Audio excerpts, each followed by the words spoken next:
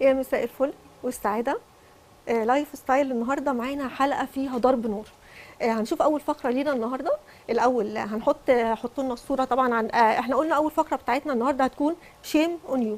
هنشوف شيم اون يو النهارده هتتكلم عن ايه، وبعد كده هنكمل بقية حلقتنا وهي حلقة هتهم كل الستات والرجالة. حلقة النهارده ضرب نار بجد. نشوف الأول الصورة الجميلة ديت اللي من فوق. الصورة من فوق شاب جميل وبنتين بيبوسوه، دول ولاده.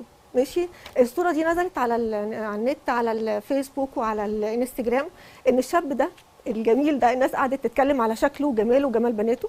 بعد كده الصوره اتحولت للي تحت من الحسد اللي حصل له.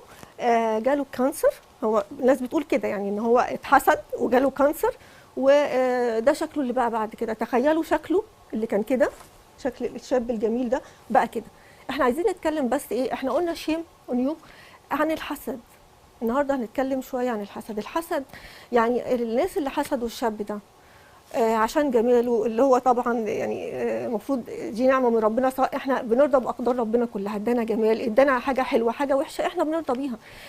بس المفروض ان احنا نرضى وما نحسدش بعض. لما حسدوا الشاب ده دلوقتي وبقى بالوضع ده، هل هم مبسوطين؟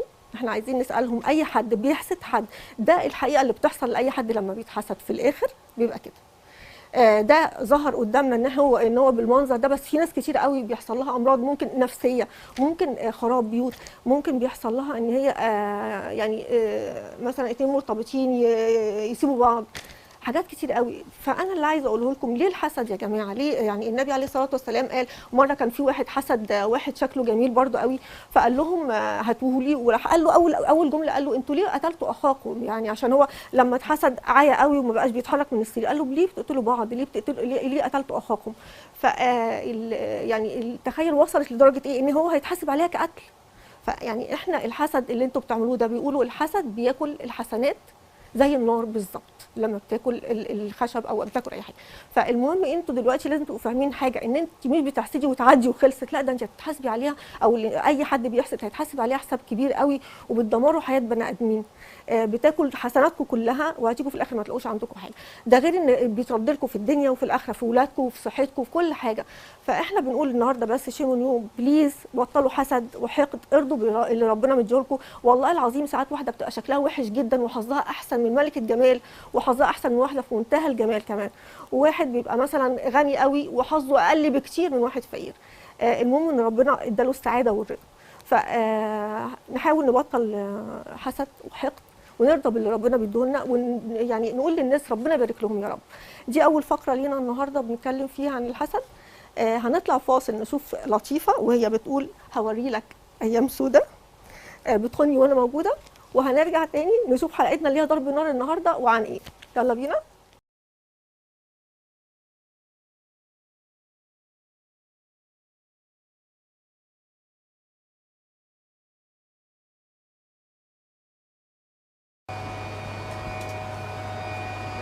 صوت يا جماعه.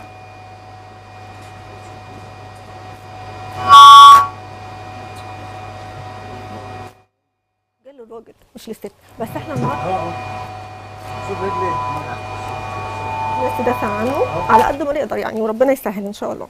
النهارده هنتكلم عن الرجاله دايما ان هم مظلومين في الحكايه ديت ومتهمين دايما، وبيقولوا احصائيات ان هم 99.9% من الرجاله خاينين.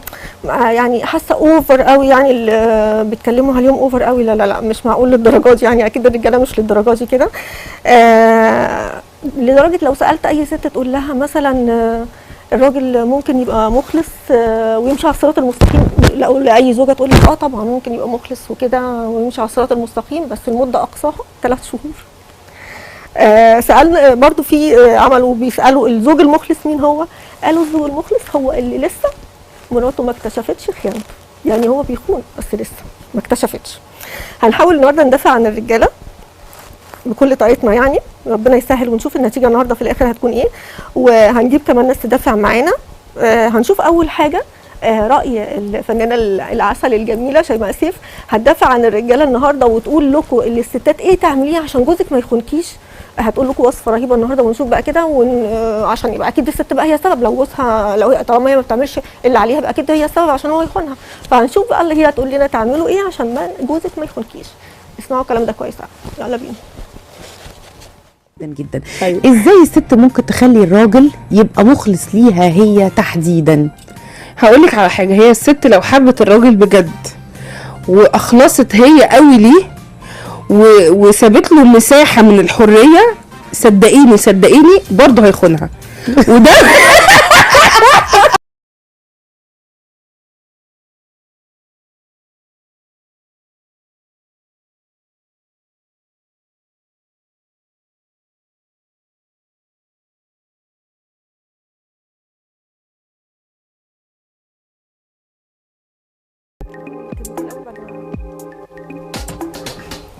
يعني شفنا الفنانه الجميله شيماء سيف، والله قلنا هتنصفكم مثلا ولا تنصفنا معاكم وتحاول نحاول نساعد الرجاله شويه يعني ونقف جنبهم. فيعني هتسانديه وتقفي جنبه وتدي له مساحه من الحريه وتحبيه جدا وهيخونك. هي الحقيقه متحيزه، فاحنا كنا جايبين راي راجل كمان معاها. قلنا بقى الست متحيزه للستات، فقلنا نجيب راجل يعني يبقى رايه من راي الرجاله. فكنا جايبين فيديو منزلين فيديو الحقيقه لآسر ياسين. كان هو في الفيلم بيتكلم فيه عن الخيانه، هي مع منى زكي كانت بتتكلم معاه وبتقول له انت خنتني او بتخون. لا، كل الرجاله بتخون، مفيش راجل ما بيخونش، في راجل ذكي وفي راجل غبي، في راجل بيعرف يداري خيانته وراجل لا. بس للاسف يعني الفيديو ده فيه حاجه رقابيه كده خلتهم دلوقتي مش هينفع ينزلوه. تقدروا تبقوا تشوفوه بقى بعد كده وممكن ننزله لكم على صفحه البرنامج. فاحنا كنا عايزين آسر ياسين برضو يقف جنبنا، ما فيش يعني. طب انا اعمل لكم يعني راجل منكم برضو بيتكلم كده يعني. طب احنا بقى في الحاله الفظيعه دي نستعين بصديق خارجي، نستعين بضيف خارجي. هنستعين باستاذ محمود شاكر اليوتيوبر، هيكلمنا بقى يعني نشوف نماذج من حياه الممثلين والممثلات، يمكن ربنا يسهل كده ونعرف نلاقي حاجه كده للرجاله ان هي ما بتخونش ان شاء الله، او على الاقل مش كلهم يعني. احنا هنحاول نلعب في الحته دي. اهلا بحضرتك. اهلا بحضرتك. منورنا. ايه رايك في موضوع البرنامج النهارده؟ الحقيقه ان الحلقه واضحه يعني، باينه من اولها اللي هيحصل فيها يعني. لا دي جميله، احنا بندافع واحنا بنعمل ايه. احنا دلوقتي عايزين ليه الرجاله يعني مستقصدينها كده وعلى طول بيقولوا كل حاجه بتخون ودرجه وكاتبين كمان 99 واستعملوا، يعني ايه النسبه دي كلها في ايه يعني؟ كلهم كده.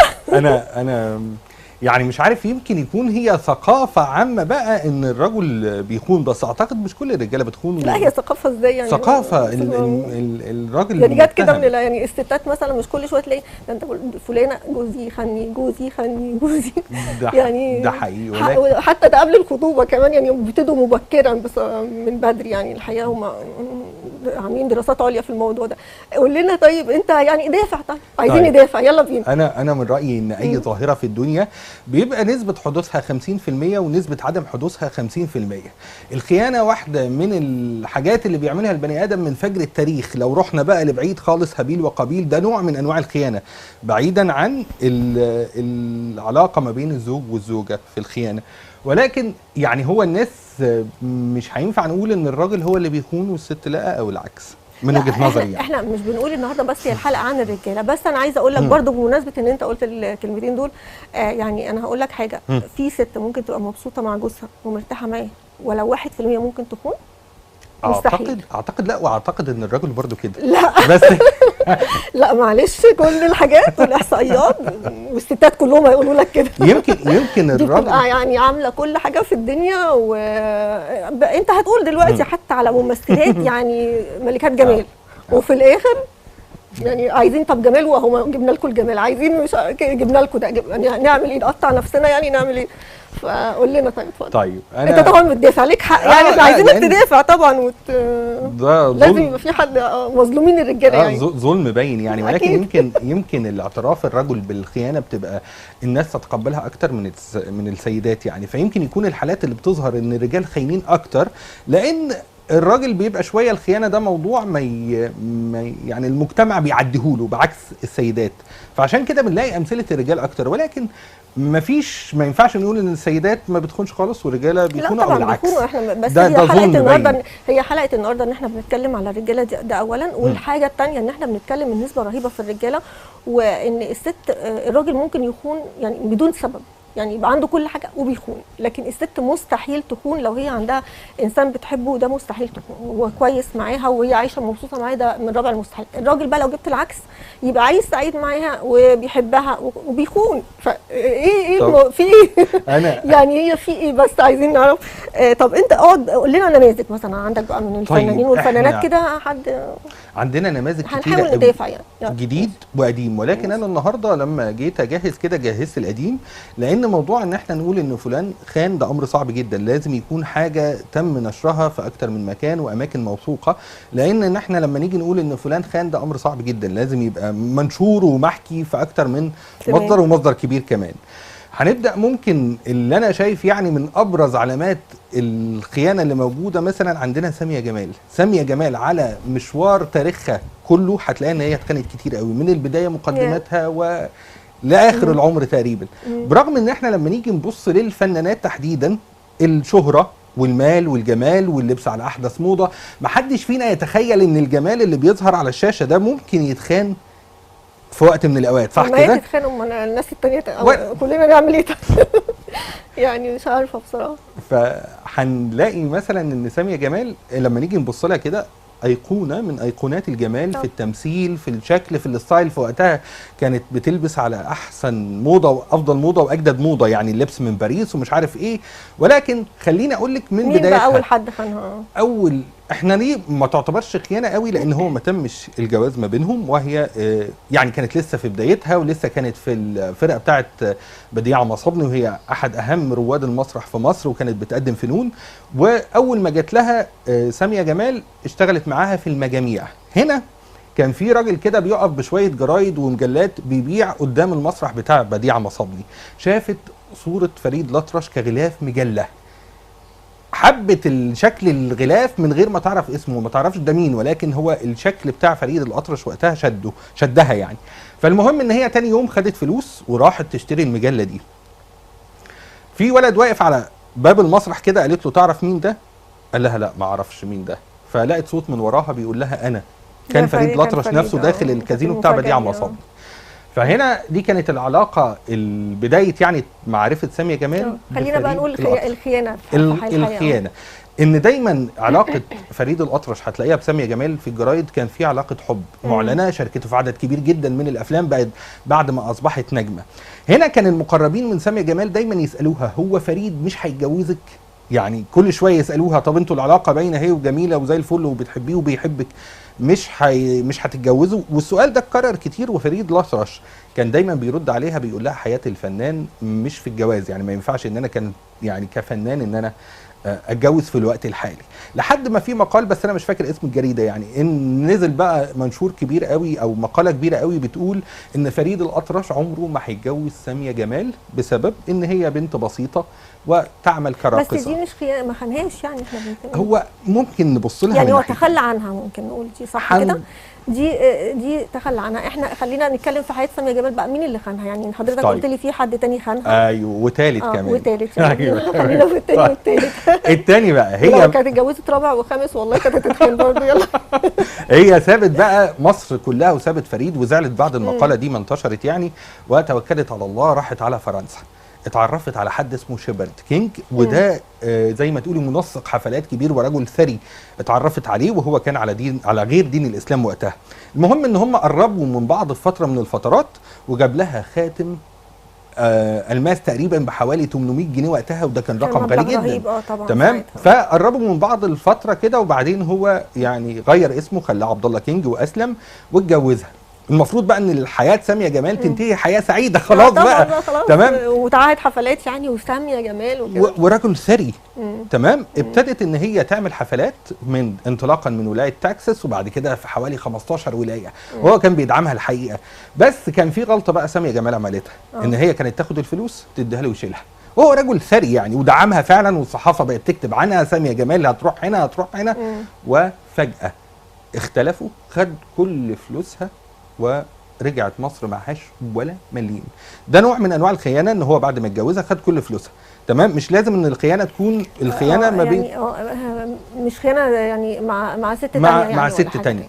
تمام، صدمه كبيره. ساميه رجعت معهاش ولا مليم، وساعتها خدتها ليلى فوزي قعدتها في العماره بتاعتها في الزمالك، وابتدت ترجع تشتغل تاني لحد ما قدرت ان هي تأجر شقه. احنا النهارده عايزين بس نتكلم في حياه ساميه جمال او اي حد على الخيانه الزوجيه بس، حاضر. لان الحلقه النهارده حاضر. قول لي بقى في انت قلت لي في بعد الخيانه كده الزوجيه بعد كده مع مين بقى؟ مع رشدي أباظة، وكانت ثالثه. ويمكن دي ما نعتبرهاش قوي خيانة خيانه قوي، لان إيه؟ هو اتجوز صباح. ولكن في حاجه بقى، رشدي أباظة سافر على لبنان بيصور فيلم مع صباح، وصباح وفقا للي هي قالته يعني ان هو قال لها ان هو طلق ساميه جمال، بس قالت له كنوع من الدعابه يعني انت ما تقدرش تتجوزني علشان بتخاف من ساميه جمال. فساعتها خد صباح واتجوزها. عرفت ساميه جمال منين؟ من الجرايد. تمام، الزواج ما بين صباح ورشدي أباظة ما استمرش اكتر من 24 ساعه، انفصلوا. سافرت هي على المغرب تعمل حفله، ورجع رشدي أباظة. ومن عقل ساميه جمال برضو ان هي ما اتكلمتش معاه في اي حاجه، وقالت طالما هو رجع على بيته خلاص ما فيش مشكله. وهنا الصحافه هاجمت صباح جدا في مصر علشان هي اتجوزت رشدي أباظة. طب ندخل بقى في صباح قبل ما نسيب الموضوع. صباح بقى صباح مين اللي خانها؟ هي في لقاء ولسه موجود على اليوتيوب مع وائل الإبراشي في 10 مساء، موجود من سنين طويله قوي، وفي نهايه حياه صباح تقريبا لانها ما كانتش قادره تتكلم.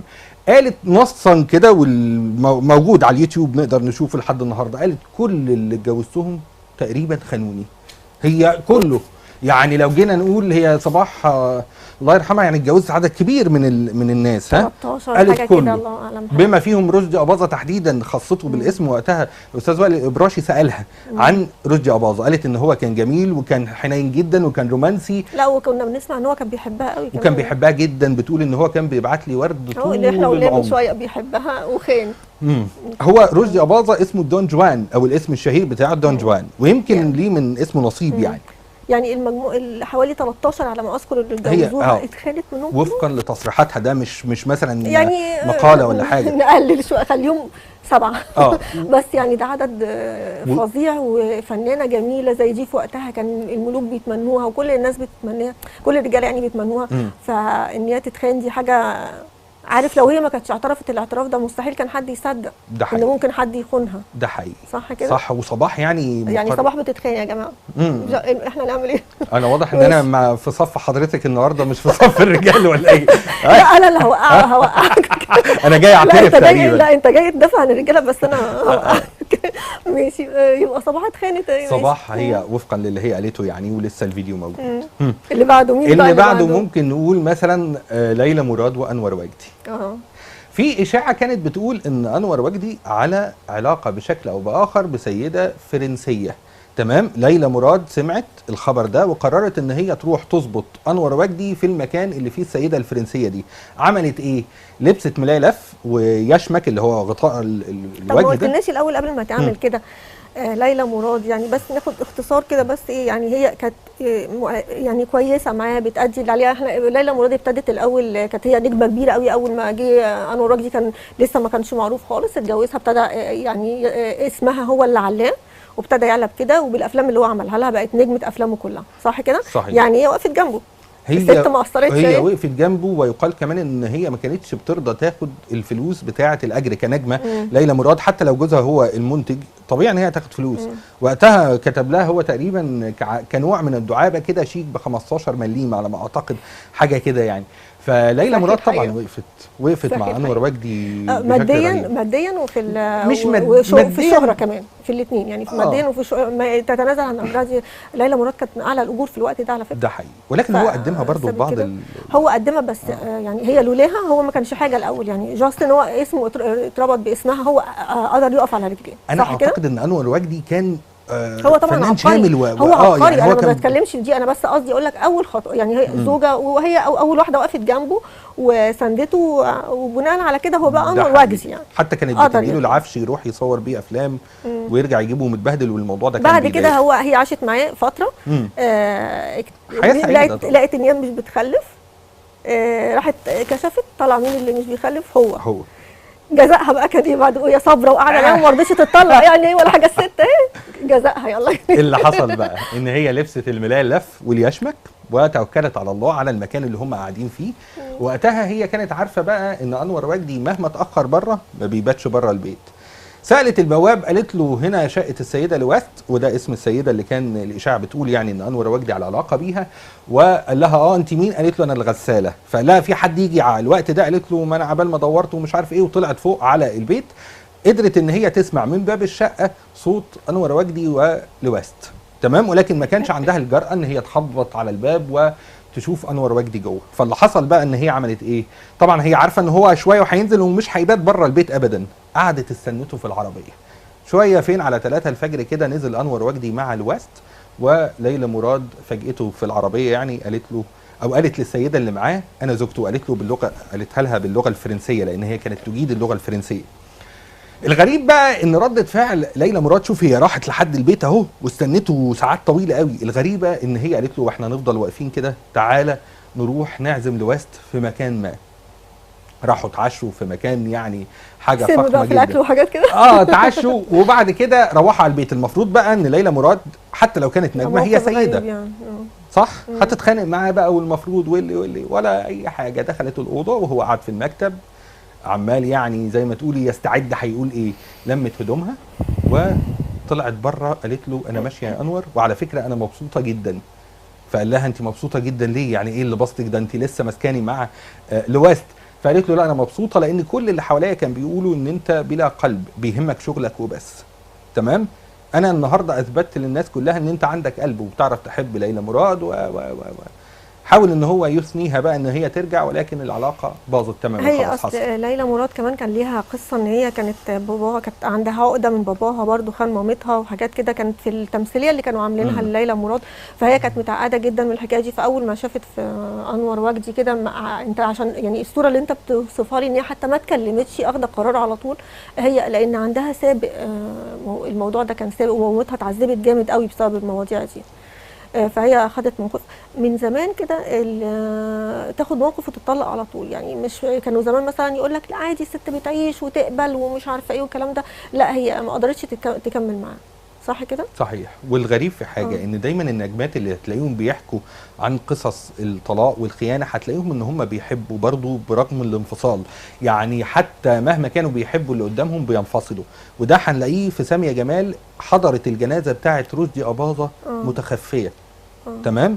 ويعني يقال ان هي وقتها قالت له وقت وفاته انا كان نفسي ان انت تموت في حضني بس انت اللي اخترت ان انت تبعد. يعني هي كانت بتحبه لنهايه حياتها. مع ان عارف يعني اقول لك حاجه، حياه الممثلين والممثلات بتبقى اكتر فري شويه. يعني ساعات مثلا بيعملوا مشاهد فيها ساخنه وحاجات كده. يعني تتخيل كده ان ممكن مثلا لو هي جوزها خانها، متعوده مثلا في مواقف عملوها كده في الافلام، لكن هي ما بتقدرش برضه، بتتجرح وما بتقدرش تكمل. الا الحته دي الست ما بتقدرش ابدا تكمل فيها وبتتجرح من الانسان اللي بتحبه، خصوصا لو كان بتحبه كمان. يعني كل ما كانت بتحبه اكتر كل ما بتتجرح منه اكتر وما تقدرش تكمل معاه. ده حقيقي. برضو هقول حاجه بالنسبه لليلى مراد، قد ايه كانت جميله ليلى مراد، وكانت في الفتره دي طبعا ليها اسم كبير قوي وكل الناس بتتمناها، وكانت انسانه جميله ورائعه. يعني ليلى مراد كانت في قمتها مع انور وجدي في الافلام. صح كده؟ بمناسبه يعني الفقره الاولانيه اللي احنا قلناها شيم ونيو، لما كنت بقول يا جماعه ممكن تبقى واحده في منتهى الجمال اللي في الدنيا وواحده مش جميله خالص تبقى اسعد منها بكتير. ادي حياه واحده هي لما مثلا يتكسر قلبها او تتجرح جرح كبير زي كده من الانسان اللي بتحبه وتضطر تسيبه وهي بتحبه جدا. يعني هي بتحبه ومضطره تسيبه لان مش قادره تعيش بالجرح ده، وتتجوز واحد تاني ممكن ما تكونش بتحبه خالص. فبقول لكم قد ايه ممكن تبقى واحده شكلها جميل، يعني ما تستكتروش حاجه على حد، هي شكلها جميل بس ما تعرفوش ربنا بيبتليها بايه تاني. حاجات كتير قوي. انت ممكن تبقي مش حلوه بس انت حظك احلى بكتير، ممكن تبقي سعيده جدا وهي ما تعرفش السعاده دي خالص اصلا. فاحمدوا ربنا على اللي انتوا فيه، ونبطل حسد بقى ونكره لبعض الخير. يعني ندعي لبعض احسن ونتمنى لبعض الخير احسن. ماشي، احنا كده ايه يعني اتكلمنا على ليلى مراد. ليلى مراد. طب تفتكر ليه، يعني ليه من وجهه نظرك الراجل بيخون مراته؟ هل هي مثلا اهمال منها في حاجه، هل تاثير منها، هل اخلاقها؟ يعني احنا مثلا بنشوف نماذج اكيد، يعني احنا مش هنظلم الراجل بقى في كل الحالات يعني. في ست مثلا صوتها عالي وبتتنرفز وعصبيه وبتغلط كتير وحاجات كده، فممكن تبقى الراجل مش طايق نفسه من البيت، كاره البيت حتى. في مثلا واحده تانية مش بتشوف واجباتها الزوجيه صح، وهو بيحبك يعني محتاج مشاعر معاها مثلا وهي مش كده خالص. في حاجات كتير، اهمال مثلا في نفسها في شكلها، تتجوز وتخلف وكده وتهمل في كل حاجه. فانت من وجهه نظرك ايه ممكن يكون بيخلي الراجل يخون؟ ايوه انا بصطادك على فكره، خلي بالك وهي شايفه البسطه بتاعتي. ايوه انا المايك واحد تقريبا. اتفضل. تمام. وجهة النظر بقى، وجهة نظر. احنا لو جينا سألنا اي حد خاين بعيدا بقى اذا كان راجل ولا ست وقلنا له انت خنت ليه، هتلاقيه بيقول لك 100 سبب. 100 سبب. ال 100 سبب دول ممكن ما يكونش فيهم سبب واحد حقيقي.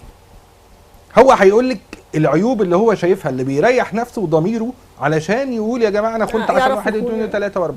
تمام. ولكن كل حاجه ممكن في البيت والجواز نقدر نحلها، لان احنا بنعيش حياه طويله، مش بنعيش يوم واثنين وشهر واسبوع. لا بس احنا بنقول ممكن واحده مثلا مهمله ويقول لها يكلمها كتير، ما فيش مثلا واحده مش مهتمه بحاجه معينه يكلم، بتحصل اكيد واحنا بنسمعها اكيد يعني، خلي بالك احنا بنسمعها كتير. انا بتكلم جد مش يعني مش انا مش يعني برضو دي خلينا نقول الحق يعني.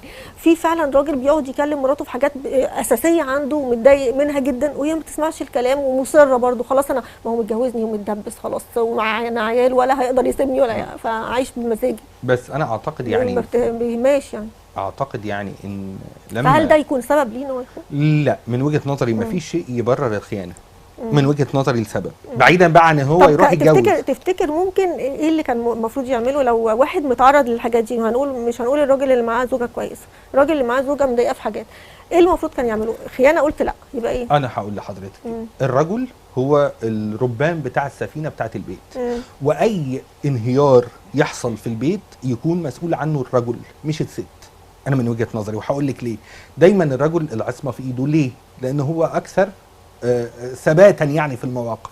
فما ينفعش ان احنا نقول ان علشان زوجتي مش كويسه فانا اروح اخون. وفي حاجه بقى، احنا خلينا متفقين ان هو يتجوز زوجه تانية ده مش نوع من انواع الخيانه برضه، لان هو كده بيعمل. لا ما احنا لو ما قلناش ان ربنا حلل الجواز التاني في كده، معلش يعني يحلله بقى لما عينه تزوغ لواحده وهو ومراته زي الفل وجميله فعينه تزوغ نقول لا ده حلال؟ لا هو الحلال مش في كده طيب خالص. وهو طالما ان هو ما ارتبطش بقى، في ظرف مثلا وهي مصره ان هي ما تحاولش، اصل احنا كلنا نقدر نتغير يعني، عشان لو هي بتحب جوزها وهو بيحبها اكيد ممكن يغيروا في حاجات يقدروا يغيروا.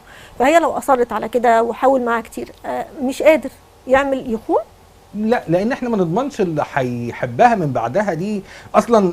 طالما ما فيش علاقه زواج اذا لا هي هتنظف ولا هي هتعمل، ما فيش عيشه. ده هو العلاقه دي علاقه مسروقه مش هو بيقول لك عوض بقى النقص اللي عندي بعلاقه وخلاص، عشان البيت ما يتهدش، عشان الولاد، عشان هل كده ولا المفروض يتجوز او ايه المفروض؟ لا على فكره برضه تفتكر ايه يعني؟ لا برغم يعني دي ولا يعيش كده وخلاص. دي وجهه نظري الشخصيه برضه، علشان ممكن انا وحضرتك نختلف او الساده المشاهدين. انا من وجهه نظري موضوع فكره ان الراجل يتجوز زوجه تانية برضو برغم ان هو حلال طبعا وكل حاجه، ولكن هو يعني مش اي حجه وخلاص اريح بيها ضميري لا انا هروح اتجوز. اي بيت في الدنيا دي علاقه ميثاق غليظ، مش حاجه بسيطه كده. لا انا زهقت. بقول لك امثله، بقول لك انا مش بقول واحده عاديه او واحده ممكن تتصلح او حاجه بسيطه في الاساسيات قوي اللي هي بتهم كل حد. يعني مثلا لو واحده ما بتقدرش تعيش مع واحد عصبي وبيزعق وبيهينها دي اساسيات عندها، ما اقدرش اكمل معاه، هيبيني على طول في حاجات كتير، نفسيتي هتتعب، مش هقدر هكمل ازاي؟ طب وعلى طول نفسيتي تعبانه وبحاول اقول له لا مش بقدر اعيش كده، حاول لو سمحت تكلمني كويس وما رضاش.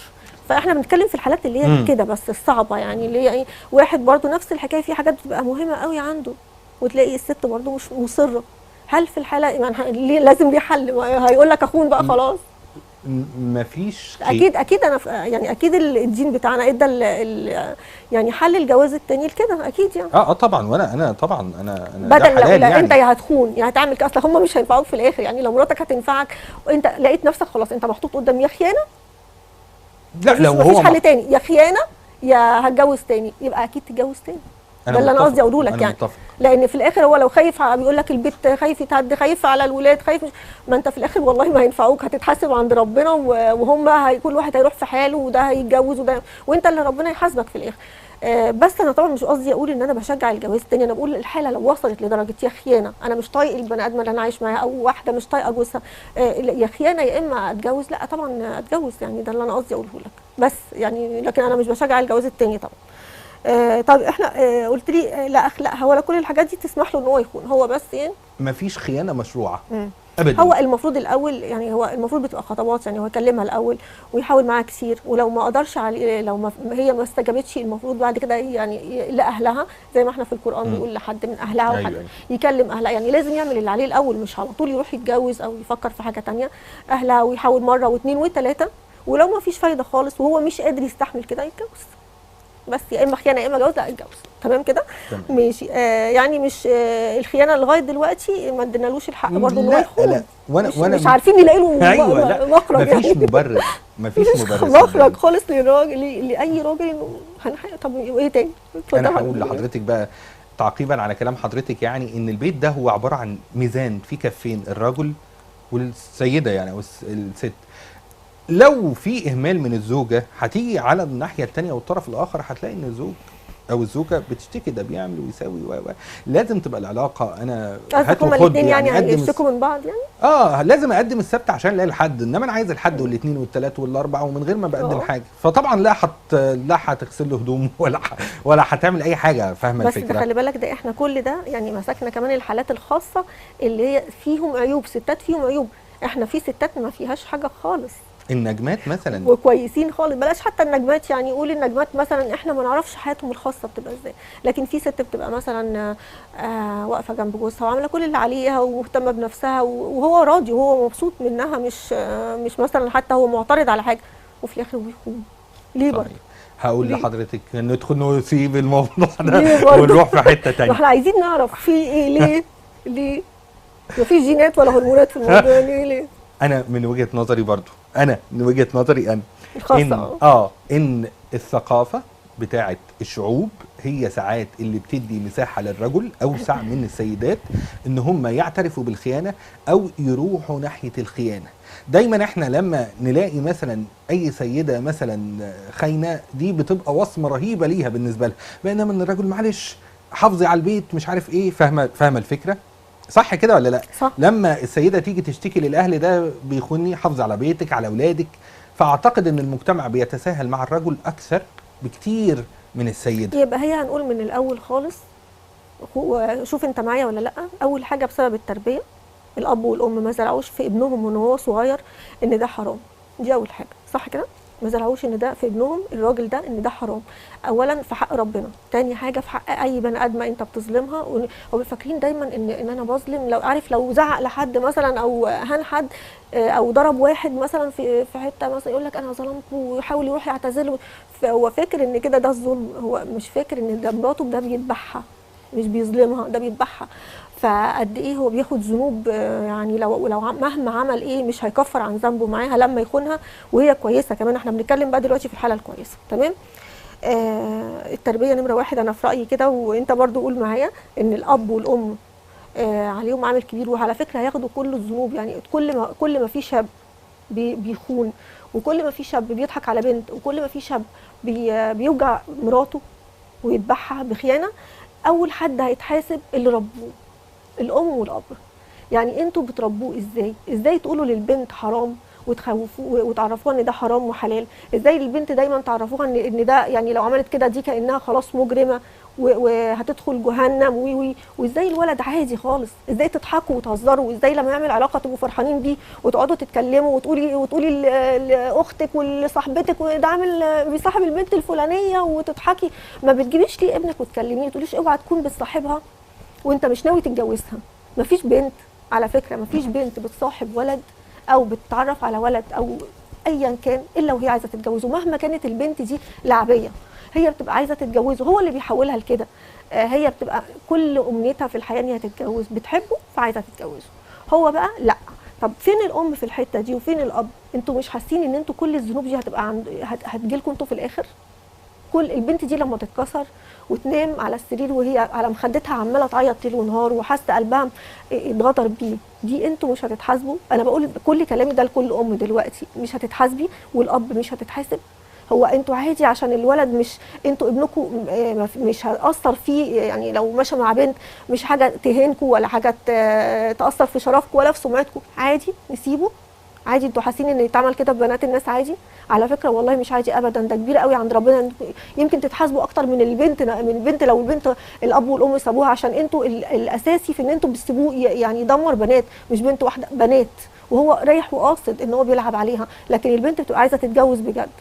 فانا شايفه ان اول حاجه بتبقى الاب والام والتربيه في البيت، دي اول حاجه. تاني حاجه اللي حضرتك قلتها بقى اللي هي ايه؟ الحق، مدينه الحق في العلاقه، ان هو يعمل علاقه من وهو صغير، وبيشجعوه كمان ويضحكوا ويهزروا ويا حبيبي انت حبيت ولا لا، والبنت دي طب انت حبيت اوكي، قولي له حب، والحب كويس وجميل وكل حاجه، ولازم تتجوز عن حب، بس قولي له لازم لما تعرف بنت، يا اما البنت دي ناوي تتجوزها يا بلاش خالص، بلاش خالص، صح ولا لا؟ انا متفق معاكي جدا بصراحه يعني. وخليني اضيف حاجه كمان بقى، لما بنيجي نتناول موضوع العلاقه دي في الافلام والمسلسلات هنلاقي برضو في حاجه خطيره من وجهه نظري، ان هم بيناقشوا الموضوع بتاع الخيانه ده والمعاكسه بشكل كوميدي. يعني تلاقي النجم بتاع الفيلم بيعاكس البنت دي او بيصاحب البنت دي، فبيزرع في عقول الشباب ان الموضوع عادي والموضوع كوميدي عندك حق، ودي كارثه من وجهه نظري. هي كارثه. انا عايزه اقول لك حاجه، يعني مثلا الاغنيه الاخيره لتامر حسني واللي عملها في الاخر اللي هي فيها هو بيتكلموا في التليفون، هو وعسيلي اوكي، هما الاثنين عمالين يتكلموا على البنات. الاغنيه طبعا جميله في حد ذاتها يعني، بس الاغنيه يعني كانها زي بيوروا الولاد وهما بيصاحبوا بنات وبيكتبوا الموبايل وبيخبي من ورا مراته وبيمسح الاكونت وبيظبط الموبايل والباسورد يعني ما هي دي برضو بتشجع. بس واجب مين بقى دلوقتي؟ يعني ما احنا مش هنقعد نقول لكل الممثلين ايه والفنانين انت ما تعملش، الواجب على مين؟ على الاب والام اللي قاعدين بيتفرجوا على اغنيه زي دي على طول كومنت لابني، على طول كومنت لبنتي، على طول دي غلط، خدي بالك على فكره، او خد بالك ده غلط اللي هو بيعمله، ده مش حلال، ده هم بيهزروا في اغنيه، لكن هو في الحقيقه ما بيعملش كده، ماشي؟ ده يعني نمره واحد ونمره 1000. انا شايفه ان هو واجب الام والاب، الاسره في البيت، الاسره اللي فيه حاجات كتيره قوي فقدناها في تربيه ولادنا، ما بقوش بيعملوها، ما بيقعدوش يخاطبوا مخ ولادهم ولا عقلهم ولا دينهم.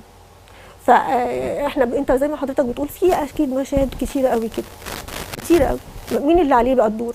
هل احنا هنقعد نقول كلنا نمسك في المسلسلات والافلام ونقول ده الغلط عليهم واستوب كده ويا عيني ولادنا باظوا بسببكم يا جماعه ونسكت؟ ولا احنا نغرس في ولادنا القيم والمبادئ والحلال والحرام؟ اكيد هتاسس ابنك انت من بيتك، صح ولا لا؟ صحيح، ولكن اتفضل. صحيح ولكن أوكي. دايما لما نيجي نسال اي حد من الفنانين عن الفن هتلاقيه ان هو بيقول ان الرساله او الفن رساله، تمام؟ فاعتقد ان الاعلام بيوصل المعلومه بسهوله جدا يعني بتدخل في مخ البني ادم اكتر بكتير ما الاب يقعد يتكلم او الام تقعد تتكلم او نقرا المعلومه في كتاب، صح عندك تمام؟ فلما يجي الفنان الفلاني يعمل الرساله بتاعته من خلال الفن ان هو بيعاكس بنت والموضوع سهل او بشكل كوميدي، غصب عن الشباب حتى لو الاب والام كلموهم مره واتنين هتلاقي ان هو متعلق بالفنان ده، هيقول الافيه اللي قاله الفنان ده والبنت معديه ولا فالامر اعتقد ان هو متشعب ومكلكع في اكتر هو من صح حته. الامر كبير، صح، ما بقولكش لا، بس احنا كل واحد لازم يعمل الواجب اللي عليه وما يقصرش، وبعدين يعني ربنا اكيد هيقف جنب اي حد بيحاول يجتهد ويعمل ويحاول يربي ولاده صح، ما يصدرش ولاده للمجتمع كده. اقل حاجه على الاقل لو هو هيعمل حاجه كبيره قوي هتبقى صغيره، هيخاف برده من كتر اهله في البيت معرفينه الصح والحلال والحرام، او ضميره شويه، خلوا عنده ضمير ان انت لو اذيت البنت دي ربنا مش هيسيبك، قد ايه لو جرحتها ربنا مش هيسيبك. فالحاجات دي اكيد برده انت مهما عارف ولادك راحوا جم، طالما انت غارس فيهم حاجات لو حتى بعدوا عنها شويه هيرجعوا لها تاني، طالما خصوصا وهم صغيرين وانت عمال تربيهم كده، الحاجات دي بتنام موجوده جواهم طول العمر. فيعني احنا مش هنتنينا يعني دلوقتي الفنانين احنا بنقول طبعا وبنتمنى ان هم يعملوا حاجات كويسه توضح ان، لان طبعا الموضوع الخيانه ده يعني بقى حاجه كانها حاجه عاديه خلاص، خيانه الراجل والشباب بقت حاجه عاديه جدا، يعني حتى في الاغاني او زي ما انت بتقول دلوقتي عادي قوي قوي ان هو يخون، عادي قوي ان هو يعاكس، عادي قوي ان كل واحد مراته لازم يعرف كم واحده تانية عليها. ف بس دي مش في الحقيقه مش بتبقى عادي، دي جرح ووجع كتير قوي وخراب بيوت. انت قلت من زمان قوي كانوا بيطلقوا. فيعني احنا مش يعني بنقول للفنانين يا ريت يعملوا حاجه كويسه، بس لو ما عملوش احنا نعمل برضه اللي علينا، يعني احنا من ناحيه تانية نحاول نعمل اللي علينا. طيب ايه تاني برضه انت شايفه من وجهه نظرك بيخلي يعني يدي الحق قوي للراجل كده انه يخون؟ مفيش حق لرجل ان هو يخون طالما خارج اطار الزواج، مفيش. تمام. وانا اهو على الهوا يعني بقول لك انا والله وانا بحب مراتي وزي الفل ما عنديش اي حاجه وبقول لك حاجه يعني عشان اعرف ادخل بس عشان اعرف اروح. ها ربنا معاك ان شاء الله. فوالله بس والله على الكاميرا ورا طبعاً. الكاميرا انا رايي في موضوع الخيانه ده امر غير مقبول بالمره. طالما ان انا في بيت، في زوجه، في اولاد، بحافظ على البيت والزوجه والاولاد مهما كانت المشاكل، وما فيش بيت ما فيهوش مشاكل. الدنيا قفلت، تسريح باحسان، خلاص طلاق. تمام. مفيش مبرر. انما لما تيجي تسالي الشخص انت بتخون ليه، ما بيبصلهاش من نفس المنظور اللي حضرتك بتبصي عليه ده. يعني انت شايفه ان هي جرح وحاجه كبيره وفي عقاب بقى من ربنا، الراجل يعني مش بيبص لها كده؟ لا، اي حد بيخونها هتلاقيه مستسهل الموضوع. عارف ليه؟ ما احنا قلنا عشان ما درست فيه من وهو صغير الحاجات دي، ولا ومش بس كده، يعني هو كمان انا بتكلم على اللي هو مش متجوز كمان، هو ممكن يصاحب واحده ولا كده ويجرحها. ده حقيقي. فهو الحاجات دي كلها مش في دماغه، يعني هو بيعمل كده يتبسط ويروح ينام ومفيش حاجه. هي بقى اللي بتقعد سواء مراته او لو بنت كان بيحبها ولا حاجه، هي دي اللي بتتألم وبتتجرح. فهو مش في دماغه حضرتك انت بتقول، يعني ضميره بيبقى مرتاح، مفيش ضمير. بيريح يعني بيختار شويه حاجات كده يقول يقول لك هي البنت دي وافقت تمشي معايا يبقى تستاهل، مش عارفه ايه يبقى تستاهل. وفي الاخر في النهايه ما بيتجوزهاش على فكره. يعني اي شاب لما بيتعرف على بنت الا من رحم ربي طبعا، غالبا في النهايه ما بيبقاش الموضوع هو يعني يحب يصاحب لكن لما يجي يتجوز يدور على واحده تانية جواز صالونات. تمام. واعتقد ان الظاهره دي بقت منتشره بشكل كبير من وجهه نظري علشان سهوله وسائل الاتصال، من فيسبوك بقى، من تويتر، مش عارف ايه. موضوع ان انا اتعرف على غرباء بقى امر بشع وكبير ومتاح في اي وقت ولاي حد. صح. اعتقد ان الموضوع ده برضه بمناسبه التواصل الاجتماعي واحده عملت اكونت باسم تاني عشان تدخل تكلم جوزها وصاحبها على النت، طبعا بقى اسم تاني خالص، وطلب منها الجواز كمان. وكانت بقى سبحان الله طلب مني الجواز جوزي. طيب احنا امتى ممكن واحده تيجي تقول يا جماعه جوزي ما خانيش؟ مين الست اللي ممكن في الدنيا دي تقول انا جوزي ما خانيش؟ طب بيقولوا لك ايه؟ بيقولوا لك ايه بقى؟ انت ممكن تقولي امتى ان جوزي ما خانيش؟ لو انت يوم الصباحيه جوزك مات هتقولي جوزي ما خانيش. لو انت يوم الصباحيه جوزك طلقك ما لحقش هتقولي ما خانيش. لو يوم الصباحيه بعد الشر اي حد فيهم يعني هي ماتت يبقى جوزها ما خانهاش. لو خلعته، لو طلقها، كل ده يوم الصباحيه، مش هنسيب يومين، ما نقدرش نسيب، هيخرجوا بره في شهر العسل هيبص على طول. لو هو اعمى ومشلول هتقول جوزي ما خانيش. واهم حاجه بقى اي واحده ممكن تقول جوزي ما خانيش امتى بقى؟ في الجنه ان شاء الله، مش في الدنيا خالص. فالحقيقه احنا حاولنا، جبنا رجاله، جبنا ستات، راي راجل، جبنا راي ست، جبنا، عملنا كل اللي احنا نقدر عليه النهارده عشان نحاول نبرئهم، مش عارفين، ما لقيناش. حتى الاراء على النت والاحصائيات وكل حاجه والنسب، خيانه الراجل قد ايه؟ مفيش. فاحنا بنقول للستات في الجنه ان شاء الله هتلاقي راجل ما بيخونش، وربنا معانا كلنا. وحلقتنا النهارده ان شاء الله تكون عجبتكم، واثبتنا فيها ان الراجل بيخون مش ما بيخونش. زي ما كنا بنقول ما قدرناش نقف جنبه الحقيقه. ونشوفكم ان شاء الله على خير الحلقه الجايه مع لايف ستايل الساعه 8 يوم الخميس باذن الله.